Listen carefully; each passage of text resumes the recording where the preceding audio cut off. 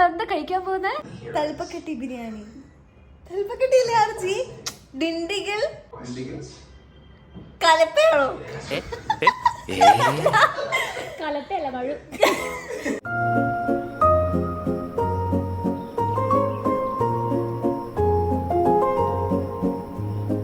അങ്ങനെ നമ്മുടെ 5 day long road trip യാത്ര സ്റ്റാർട്ടാക്കാൻ കുറച്ച് ലേറ്റായി. നമ്മുടെ പ്ലാൻ വെച്ചിട്ട് ഉച്ചയ്ക്ക് ഇറങ്ങാനായിട്ടായിരുന്നു, ഒരു 12 മണി ടൈമിൽ. ബട്ട് കുറച്ച് വേറെ പണികളൊക്കെ ആയിട്ട് നമ്മൾ 3 മണിയായി ഏകദേശം ഇറങ്ങാനായിട്ട്. 2 കാറിലായിട്ടാണ് നമ്മളെല്ലാവരും പോകുന്നത്. Starting from Kozhikode to Chettinad, അവിടെ നിന്ന് മധുരയിൽ നിന്ന് ധനുഷ്കോടി നിന്ന് Trivandrum, then back to Calicut.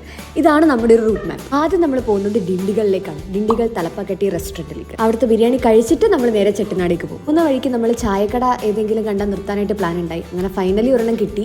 അവിടെ നമ്മൾ കുറച്ച് കടികളൊക്കെ വാങ്ങി. സമൂസ ഉണ്ടായിരുന്നു, പിന്നെ ഉന്നക്കായ ഉണ്ടായി, കട്ട്ലേറ്റ് ഉണ്ടായി, പിന്നെ ചായയും കോഫിയൊക്കെ കുടിച്ചിട്ട് നമ്മൾ വീണ്ടും ട്രാവൽ കണ്ടിന്യൂ ചെയ്തു.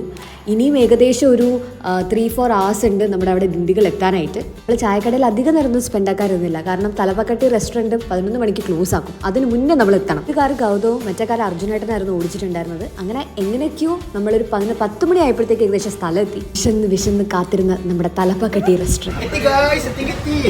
ഈ റെസ്റ്റോറൻറ്റ് 1957 നാഗസ്വാമി നായിഡു എന്ന് പറയുന്ന ആളാണ് സ്റ്റാർട്ട് ചെയ്തിട്ടുണ്ടായിരുന്നത്. ഈ ഹോട്ടൽ അറിയപ്പെട്ടിരുന്നത് ആനന്ദ വിലാസ് ബിരിയാണി ഹോട്ടൽ എന്നായിരുന്നു. അദ്ദേഹം എപ്പോഴും തലപ്പ കിട്ടിയിട്ടായിരുന്നു നടക്കലുണ്ടായിരുന്നത്. അപ്പോൾ ഫുഡ് ഉണ്ടാക്കുന്നതൊക്കെ തലപ്പ കിട്ടിയിട്ട് അങ്ങനെയാണ് ഈ തലപ്പക്കട്ടി ബിരിയാണി എന്ന് പേര് വന്നിട്ടുള്ളത്. നമ്മൾ പലയിടത്തു നിന്ന് തലപ്പക്കട്ടി ബിരിയാണി കഴിച്ചിട്ടുണ്ട്, പക്ഷേ ഒറിജിനൽ സ്ഥലത്തിൽ നിന്നുള്ള ഒരു ടേസ്റ്റ് നമുക്ക് എന്തായാലും അറിയണമെന്നുണ്ടായിരുന്നു. ഒരു ചെല്ലുമ്പോൾ തന്നെ നല്ല രസമുള്ള കോലമൊക്കെ ഇട്ടിട്ടുണ്ടായിരുന്നു അവിടെ. കൂടാണ്ട് തന്നെ ഫ്രണ്ടിൽ തന്നെ അന്നത്തെ ഡിന്നർ സ്പെഷ്യലിൻ്റെ ഒരു വലിയ ബോർഡ് ഉണ്ട്. പല ഡിഫറെൻറ്റ് ഐറ്റംസ് ഒക്കെ ആയിട്ട് വെറൈറ്റി പേരുകളൊക്കെ ഉണ്ട്. ഗൺ ഫയർ ചിക്കൻ, കൊല്ലം ചിക്കൻ, തീപ്പൊരി ലോലിപ്പോപ്പ്, ഇതൊക്കെ കണ്ട് വായിച്ച് കുറച്ച് ഐറ്റംസ് ഒക്കെ നമ്മൾ മെമ്മറൈസ് ചെയ്തിട്ടാണ് ഉള്ളിലേക്ക് പോകുന്നത്. നമ്മൾ ചെന്നത് ഏകദേശം ഒരു 10 മണിയൊക്കെ ആവാറായി. ഈ റെസ്റ്റോറൻറ്റ് 11 മണി വരെ ആയിരിക്കും ഓപ്പൺ ആയിട്ടുണ്ടാവുക രാത്രി. അതുകൊണ്ട് തന്നെ തീരെ തിരക്കുണ്ടായില്ല, ഇഷ്ടംപോലെ സീറ്റ് ഉണ്ടായി. പക്ഷെ നമ്മൾ ചെന്നിരുന്ന് കുറച്ച് കഴിഞ്ഞപ്പോൾ കുറച്ചും കൂടി ആൾക്കാരൊക്കെ വരാൻ തുടങ്ങിയിട്ടുണ്ടായിരുന്നു. കൂട്ടത്തിൽ അക്ഷയ് കുന്നിലാണ് ഈ ഒരു സ്ഥലത്ത് ഇതിന് മുന്നേ വന്നിട്ടുള്ളത്. ഇവിടെ മാത്രമല്ല, നമ്മൾ ഇനി അങ്ങോട്ട് പോകുന്ന ഡെസ്റ്റിനേഷൻസ് ഒക്കെ ഫസ്റ്റ് കവർ ചെയ്തിട്ടുള്ളത് കുനിയിലാണ്. അത് കാരണം കുനിയിലായിരുന്നു നമ്മുടെ മെയിൻ ഗൈഡ്. ഫുഡ് ഓർഡർ ചെയ്യുന്നതും എന്തൊക്കെ ഓർഡർ ചെയ്യണം, എന്തൊക്കെ ഓർഡർ ചെയ്യേണ്ട, ക്വാണ്ടിറ്റി, കാര്യങ്ങളൊക്കെ.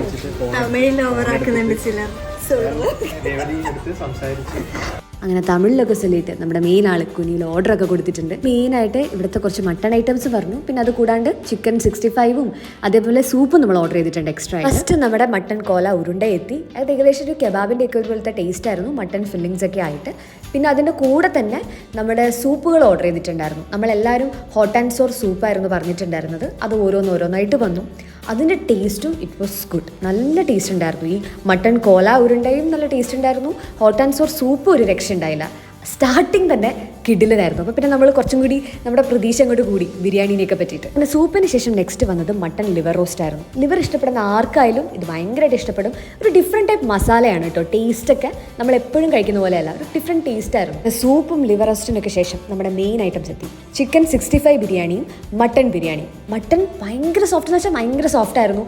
എല്ലാവർക്കും ഈക്വലി ഇഷ്ടമായി. കുറേ പീസ് ഉണ്ടായി, കുറേ ക്വാണ്ടിറ്റി ഉണ്ടായി. പിന്നീട് പറഞ്ഞിട്ട് നമ്മളെല്ലാവരും ഓരോന്ന് വെച്ച് വാങ്ങി. എന്നിട്ട് പാവം ലാസ്റ്റ് ആർജിയും ഗൗതം ഇരുന്ന് തിന്നു തീർക്കേണ്ടി വന്നു. അങ്ങനെ ബിരിയാണിയും കഴിച്ച് വയറ് നിറഞ്ഞ് നമ്മൾ നേരെ റെസ്റ്റോറൻറ്റ് ഇറങ്ങിയപ്പോഴാണ് തൊട്ടടുത്ത് പാർക്ക് കണ്ടത്. അവിടെ പോയിട്ട് പിന്നെ ഈ ടീംസ് പാർക്കിൽ ഒരേ കളിയായിരുന്നു. അങ്ങനെ ദിണ്ടുകളി വന്നത് പാഴായില്ല. ബിരിയാണി ഒരു രക്ഷ ഉണ്ടായില്ല. ഈ വഴി പോകുന്നുണ്ടെങ്കിൽ എല്ലാവരും ഇവിടെ കയറി കഴിക്കുക. അങ്ങനെ അതും കഴിച്ചിട്ടാണ് നമ്മൾ നെക്സ്റ്റ് നേരെ ചെട്ടിനാടേക്ക് പോകുന്നത്. ഇവിടെ നിന്ന് ഏകദേശം ഒരു 2 hour ഡ്രൈവ് ഉണ്ട് നമ്മുടെ സ്റ്റേയിലേക്ക്. അത്രയായത് കാരണം ഈ ചുറ്റുവട്ടമൊന്നും നമുക്ക് വീഡിയോ എടുക്കാൻ പറ്റിയില്ല. പക്ഷേ നെക്സ്റ്റ് വ്ലോഗിൽ നിങ്ങൾക്ക് എൻ്റെ ഡീറ്റെയിൽസ് കാണാൻ പറ്റും. ടോട്ടൽ 4 മുറി ഉണ്ടായിരുന്നു. 2 മുറി താഴെയും 2 മുറി മുകളിലും. താഴത്തെ മുറി അത്യാവശ്യം നല്ല സ്പേഷ്യസ് ആയിരുന്നു. പിന്നെ ഞങ്ങളുടെ മുകളിലത്തെ മുറി ജസ്റ്റ് ഒന്ന് കാണിച്ചു.